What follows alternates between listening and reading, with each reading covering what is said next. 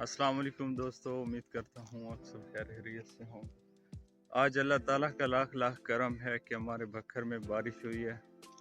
इससे पहले गर्मी जो है वो तकरीबन जो है 56-57 डिग्री सेंटीग्रेड तक चली गई थी और बहुत ही ज़्यादा जो है वो गर्मी थी।